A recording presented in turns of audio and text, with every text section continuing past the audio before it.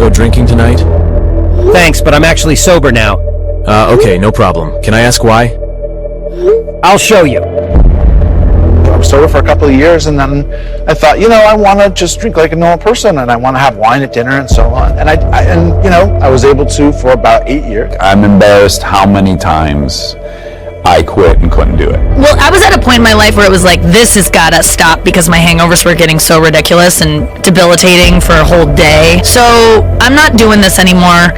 And I read a book and then I was done. I had my first beer at 11. One of my cousins gave it to me. It's that awful thing that you hear every alcoholic talk about, and if they don't talk about it, they're lying. Like, you just become an awful human being. Like, you're selfish. Alcohol consumption, even in the low amounts, causes harm to the entire body. So many years that the narrative was for me is this has a hold over you.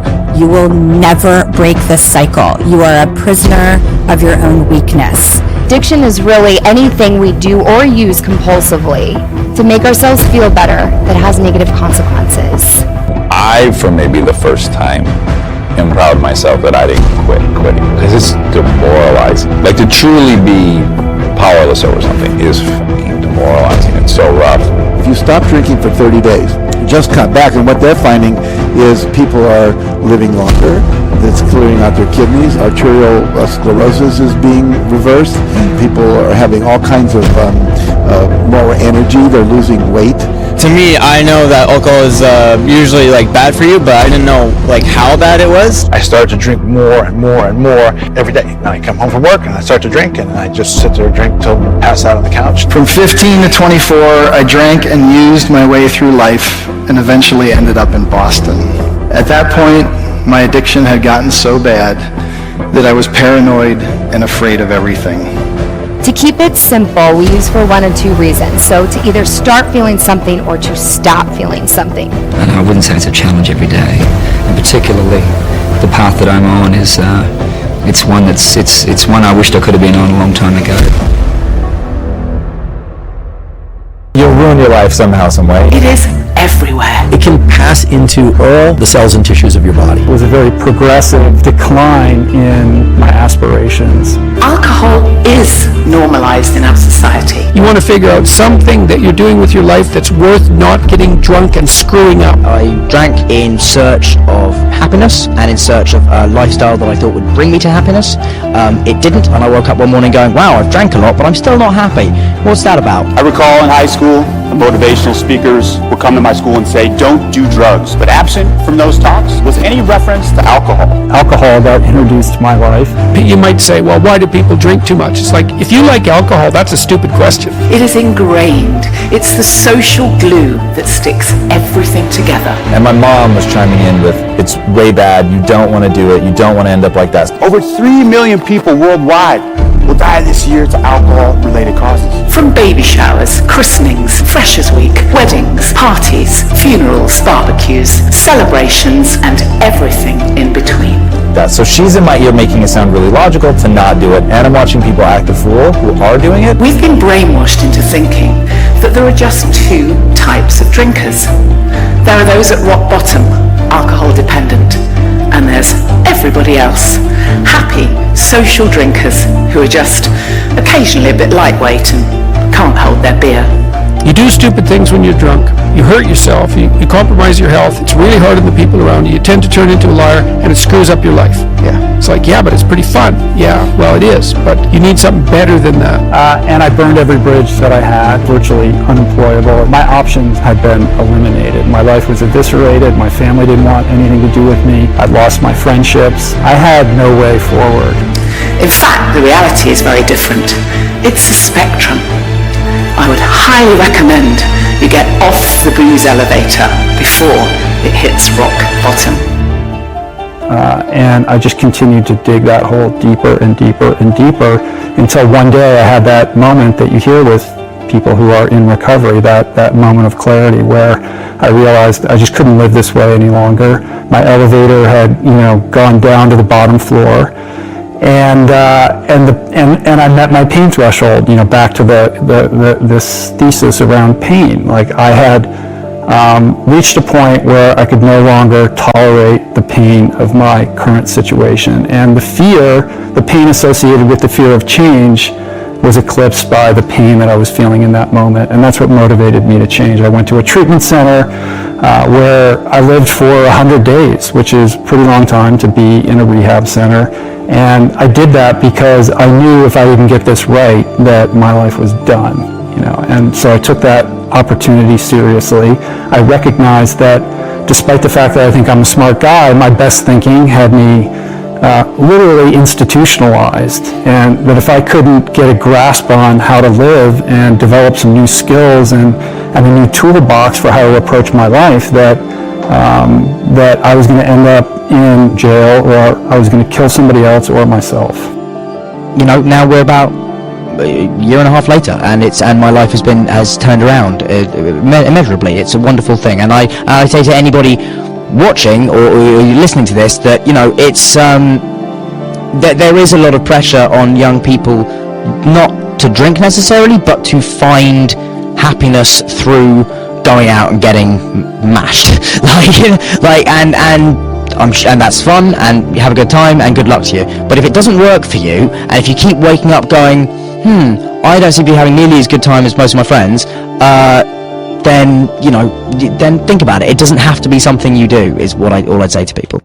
And what's better isn't being straight and not making mistakes. It's like that's all prohibition in some sense. What's better is, no, you need an adventure, man.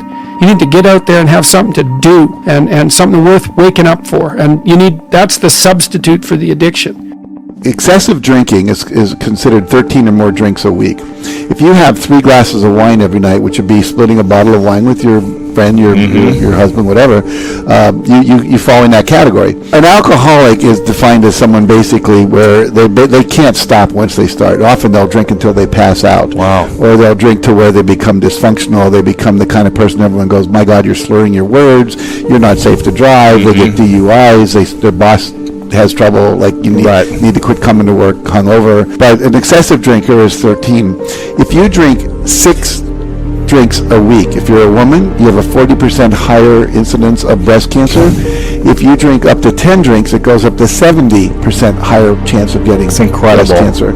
So just the health benefits. One of the things that's coming out of England is research that if you stop drinking for 30 days, just cut back, and what they're finding is people are living longer. That's clearing out their kidneys. It's arterial sclerosis is being reversed. People are having all kinds of more energy. They're losing weight. Most of the things that we do that are addictions are to numb out our anxiety, to numb out our pain, to numb out the memories of trauma, to numb out our discomfort around being with people in a social situation, the fear that I won't have fun, I won't be interesting, I'm more relaxed, I'm more fun, and that's the big myth, is I won't have a fun life. There's something about my mom. She has a way of making it sound like a really bad idea. And I had a lot of aunts and uncles and second cousins and stuff that were all alcoholics, drug addicts. And watching them, I thought, ooh, that is not a good look. Some real white trashy stuff. Yeah. And so I was just like, no. And my mom was chiming in with, it's way bad, you don't want to do it, you don't want to end up like that. So she's in my ear making it sound really logical to not do it, and I'm watching people act a fool who are doing it. So I just thought, when I thought I was going to have kids, I wanted to ask my mom, you were so good. Neither my sister or I ever got into trouble. We never did drugs. We never drank. No trouble, nothing. My sister to this day is the most straight and narrow person you will meet. So when you tried it, what was it like for you? Alcohol made me feel like I was suppressing the urge to dance on the table. It is awesome, and I love it the most. I just don't let myself do it because it's not congruent with wanting to live forever. There's just too many downsides, but that shit is fun. So I get how people get in trouble. I just don't have an addictive personality. So for me, it was easy to be this is fun, but I can weigh it against the disadvantages, and there are way too many. Unlike a lot of substances and drugs that actually attach to the surface of cells, to receptors, alcohol actually has its own direct effects on cells because it can really just pass into those cells.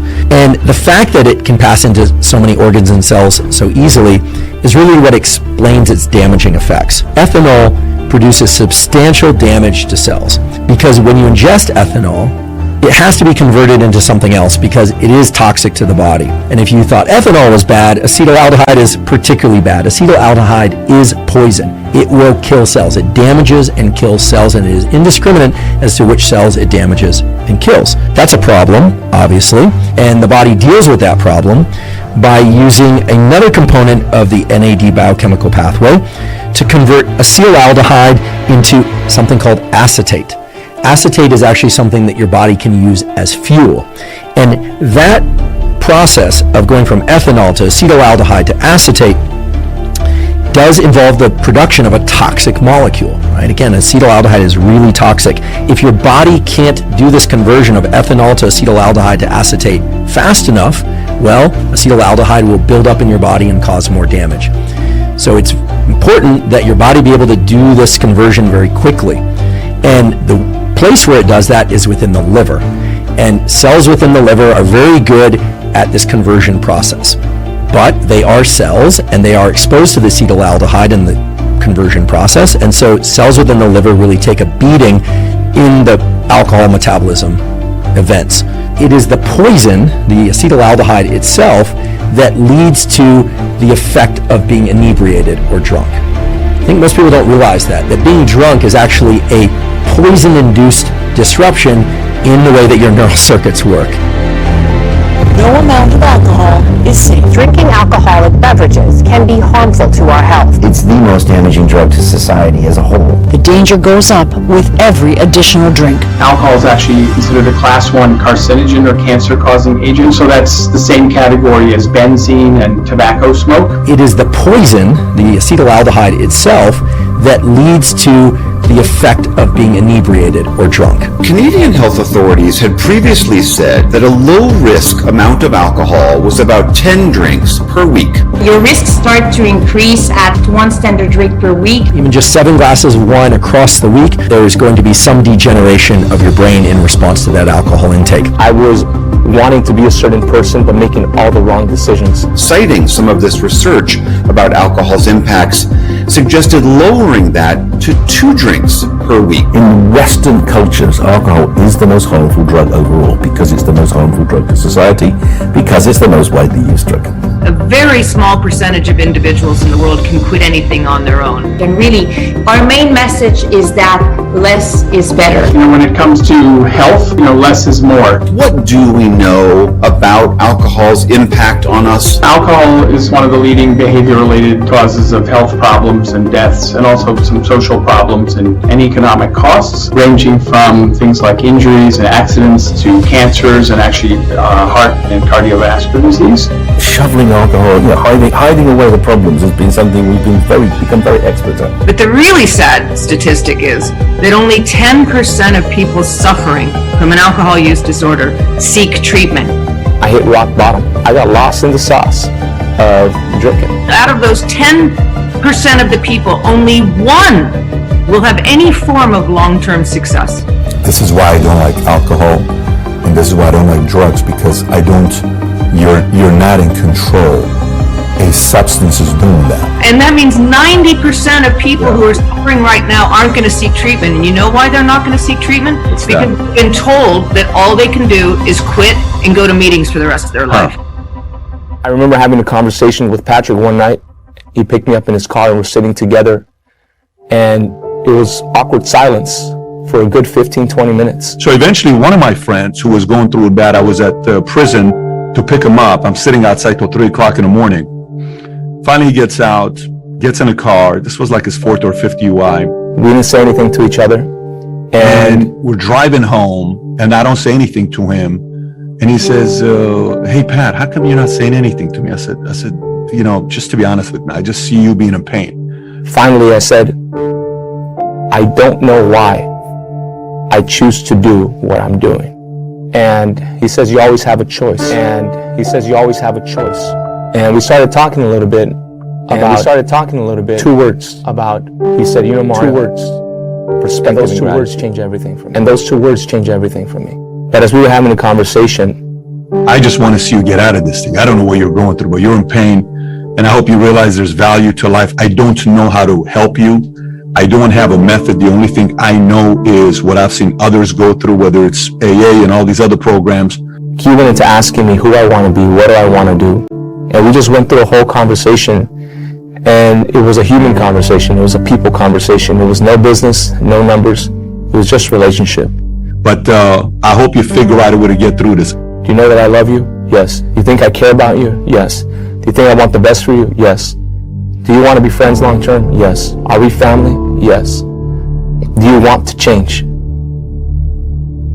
And that's the one where I got stuck. You have to want to change if you're struggling with some kind of addiction, like I was. It's not easy to say that, but I wanted to change. I just didn't know how. And eventually he figured out a way to get through it, and he's doing great. He's changed his life, in a complete different way. Yeah, but what you said to him, people should be aware of that. That is love and support. And it's visceral because people don't want it to be true. So there are two things I would say about this. The first is both a conscious and a subconscious level. People are fearful of other drugs, illegal drugs, because it helps deflect their attention away from the problems of alcohol at a personal level, but also at a political level. Politicians love to get hysterical about a new drug because it means they do something about drugs. They don't have to be held to account over their failure to deal with the problems of alcohol. Right. So that's the first thing. Second thing is that I would say that there's almost no family in Britain, if you look at an extended family, 3 generations, which doesn't have someone who's been damaged by alcohol through addiction, through violence, traffic accidents, or being a victim because of someone else who was drunk and violent. Right. Almost every family in Britain is affected, but we don't own up to it. Right. We kind of push it under the carpet. We know there's a problem, but we don't talk about it because we don't know what to do about it. We're embarrassed, and so that shoveling alcohol, hiding away the problems has been something we've become very expert at. We know the pharmacology of alcohol in the brain and how it does that. We can explain an enormous amount of what's going on with alcohol. Right. To me, I find that quite exciting because as a brain scientist, that's what I want to understand. I want to understand the brain, and alcohol is a very interesting probe of different brain systems, and the changes we see that underpin the effects of alcohol, are relevant to all sorts of disorders. They're relevant to disorders like sleep disorders, relevant to epilepsy, relevant to anxiety, depression. This drug, which you can just go and buy in the shops, can produce these enormous changes in people's lives. Sometimes some habits can turn into lifestyles, and certain lifestyles don't lead to all the benefits and all the amazing things that life has to offer. Some lifestyles lead to very dark paths, depression, anxiety, stress, and if not controlled, can also lead to some of the worst case scenarios out there in life. One of them being never reaching your capacity, never really having an identity or a self-worth, losing all integrity, all dignity, and losing yourself. Just a few years ago, I was in a very dark place in my life. They say that depression comes from the inability to construct the future in your mind. I couldn't see the future. I didn't know who I was supposed to be. I was wanting to be a certain person, but making all the wrong decisions. I made a lot of mistakes. When it comes to alcohol itself, which is something that I was struggling with at the time, it went slowly from being a work hard, play hard, have a drink, to 2 drinks, to 3 drinks, to then a habit, to then a daily habit, to then a 24/7 habit, to then a every weekend habit, getting lost in myself habit. Sometimes if you don't watch the kind of habits that you're building, they become lifestyles. Before I knew it, I was digging myself a hole, and everywhere I looked, it was so dark, and I lost myself. I spiraled into a sense of no self-worth, and I struggled a lot, and nobody knew. I hit rock bottom, to the point where I almost lost my job, to the point where some people had to have very tough conversations with me. Some friends had to deal with my drama, and they say hurting people hurt people. I was hurting inside, and I was hurting others and didn't even know it.